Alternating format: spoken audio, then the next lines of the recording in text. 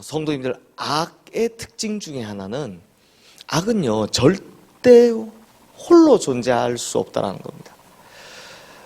악은 반드시 주변의 세력을 규합하려고 합니다. 신기하게도요, 악은 홀로 있으면 힘을 잃기 때문에 어떻게든 주변의 세력과 규합을 해서 견고한 세력과 진을 만들려고 애를 씁니다. 그러므로 악에는 영향력이 있습니다. 선도 영향력을 끼치지만 악도 영향력을 끼칩니다. 근데 솔직히 영향력의 속도로만 치면 선이 빠릅니까? 악이 빠릅니까? 악이 훨씬 빠르죠. 그러니 우리 역시 정신 차리지 않고 깨어있지 않으면 악의 영향력 아래 굴복할 수밖에 없고 악에 의해 침식당할 수밖에 없다는 겁니다. 그만큼 악이 참 힘이 셉니다. 그러므로 성도님들, 어떤 공동체가, 어떤 교회가 건강한 공동체인지 아닌지 알아보려면 악을 다루는 걸 보면 알 수 있습니다. 공동체가 하나님의 말씀으로 충만할 때는요, 악이 힘을 잃습니다. 악이 들어온다고 하더라도 여러 선하고 또 건강한 세력들이 그 악을 누르죠. 그 힘을 누릅니다. 하지만 공동체가 건강하지 못할 때는 어떻게 됩니까?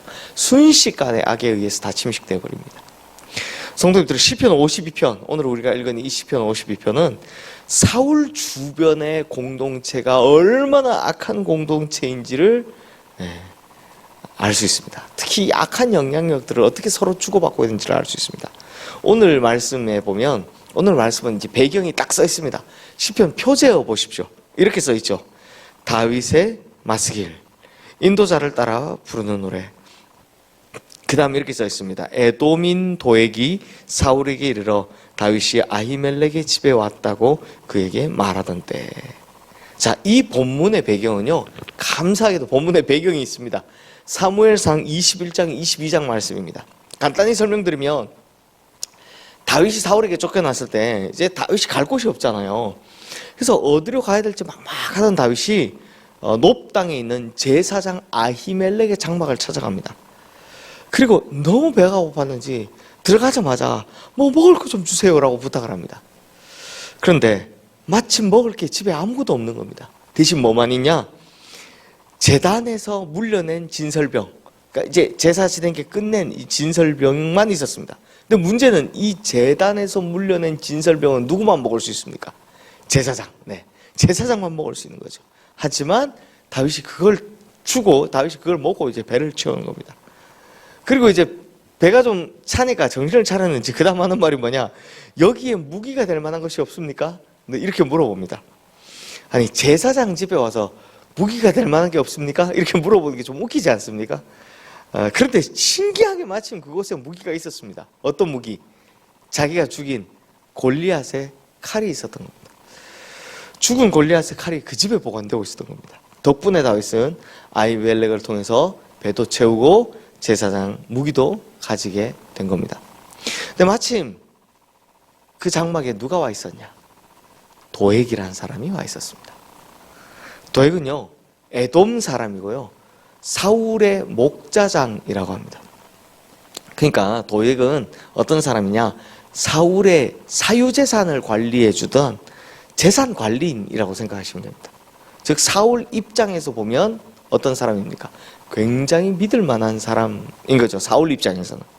그러니 도액이 이걸 몰래 모든 걸 보고 있다가 그때는 아무 말 안 하고 있다가 즉시로 나오자마자 사울한테 가서 이 모든 사실을 다 고자질을 하는 겁니다.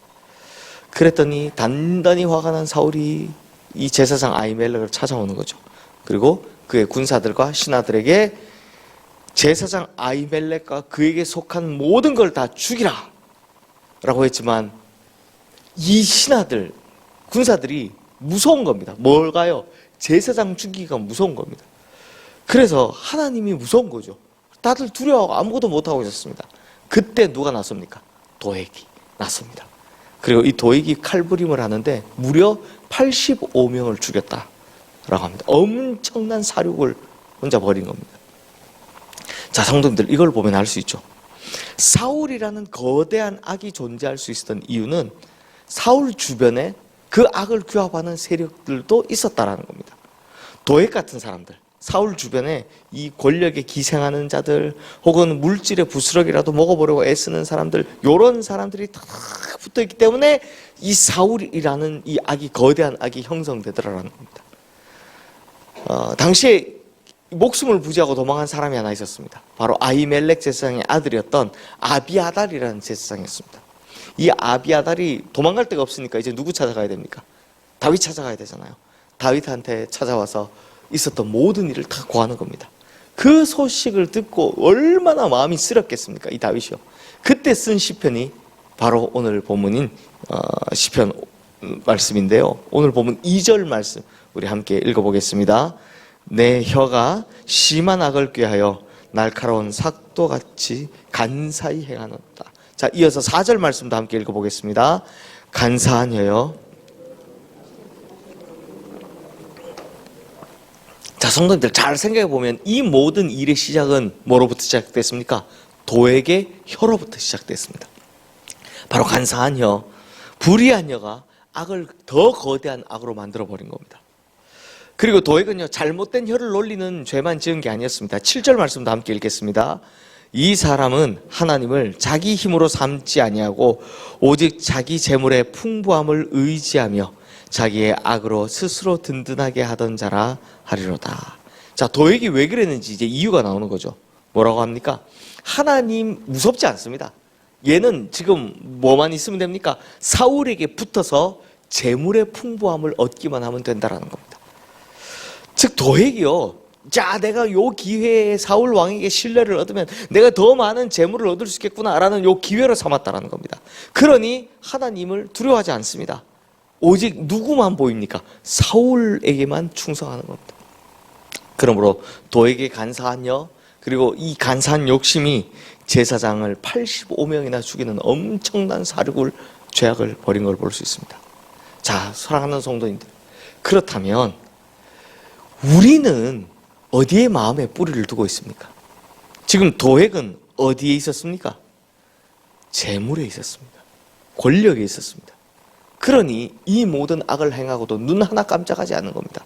반면 우리 마음의 뿌리는 어디에 두고 있습니까? 우리 마음이요, 하나님께 뿌리를 두고 있지 않으면 우리 혀는 간사한 혀가 되고 우리 마음은 하나님이 아닌 다른 것을 더 중요하게 여기는 마음이 되어버리는 겁니다. 그러면 더 이상 하나님이 두렵지 않은 겁니다. 이 지경까지 오면요, 그때는 도액처럼 큰 죄악을 저지르는데도 거침없습니다. 죄책감이 없는 겁니다. 오히려 자신의 이득을 위해 잘했다고 생각한다는 겁니다. 이 죄악을 85명이나 죽이는 죄악을 벌려놓고 뭐라고 한다고요? 아, 내가 나의 이익을 위해 잘했다라고 생각하더라는 겁니다. 그런 의미에서 오늘 보면 8절 말씀 함께 읽어보겠습니다. 그러나 나는 하나님의 집에 있는 푸른 감람나무 같으며 하나님의 인자심을 영원히 의지하리로다. 참, 아멘. 성도님들, 다윗은요 딱 시편 1편하고 똑같습니다. 시편 1편이 뭐가 나옵니까? 복 있는 사람은 하고 나머지 이 악인들 종류, 악인들 교만한 자 다 나오잖아요. 시편 1편하고 똑같습니다. 바람에 나는 겨가 아니라 나는 시냇가에 심은 나무가 되겠다. 딱 이거였잖아요. 그게 시편 전체 주제라 그랬잖아요. 똑같습니다. 다윗은 자신이 어떻게 된다고요? 하나님 집에 있는 푸른 감람나무 같다 라고 이야기합니다. 이게 무슨 말입니까? 우리가 시편 1편에서 배웠던 것처럼 바람에 나는 겨는 어떻습니까? 자유롭습니다. 마음대로 할 수 있습니다. 자기 마음대로 하지만 결국 그에게 뭐가 없습니까? 뿌리가 없기 때문에 결국은 말라 죽는다. 그러나 시냇가에 심은 나무는 어떻습니까? 뿌리를 딱 받고 있기 때문에 자기 마음대로 움직일 수는 없습니다만 어떻게 됩니까? 뿌리로부터 오는 영양을 공급받아 푸르고 많은 아름다운 열매를 맺을 수 있다. 그게 시편 1편의 주제였습니다. 의인과 악인의 차이. 지금 다윗은 나는 악인의 길을 걷지 않고 의인의 길을 걷겠습니다, 이 얘기를 하는 겁니다. 그래서 지금 아무리 쫓겨다니고 배고프고 고단한 광야 인생을 산다 할지라도 단순히 내 이익을 위해 거기에 뿌리박고 살지 않겠습니다. 죄에 뿌리박고 살지 않겠습니다 라는 고백을 하는 겁니다. 하나님 집에 푸른 감람나무가 되겠다. 그러므로 성도님들, 도액이 아니라 다윗이 되셔야 합니다. 둘의 인생, 당장에 보면 도액이 더 많은 권력을 가진 것 같고 더 많은 부를 가진 것 같습니다. 반면 다윗은 쫓겨다니는 것 같죠. 그런데 그 두 사람의 인생 결말을 보면 누구 길을 걸어야 될지 아시지 않습니까? 하물며 심판의 날 하나님 앞에 섰을 때 그 두 사람의 결과는 어떻겠습니까? 그러므로 우리 성도님들, 이 땅에서부터 하나님의 인자하심을 기대며 살다가 주님 앞에 서는 날 당당하게, 하나님, 저는 하나님 집에 푸른 감람나무처럼 살아왔습니다.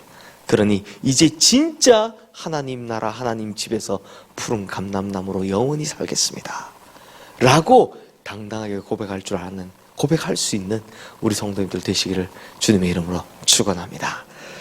이 시간 함께 주신 말씀 기억하며 기도하겠습니다.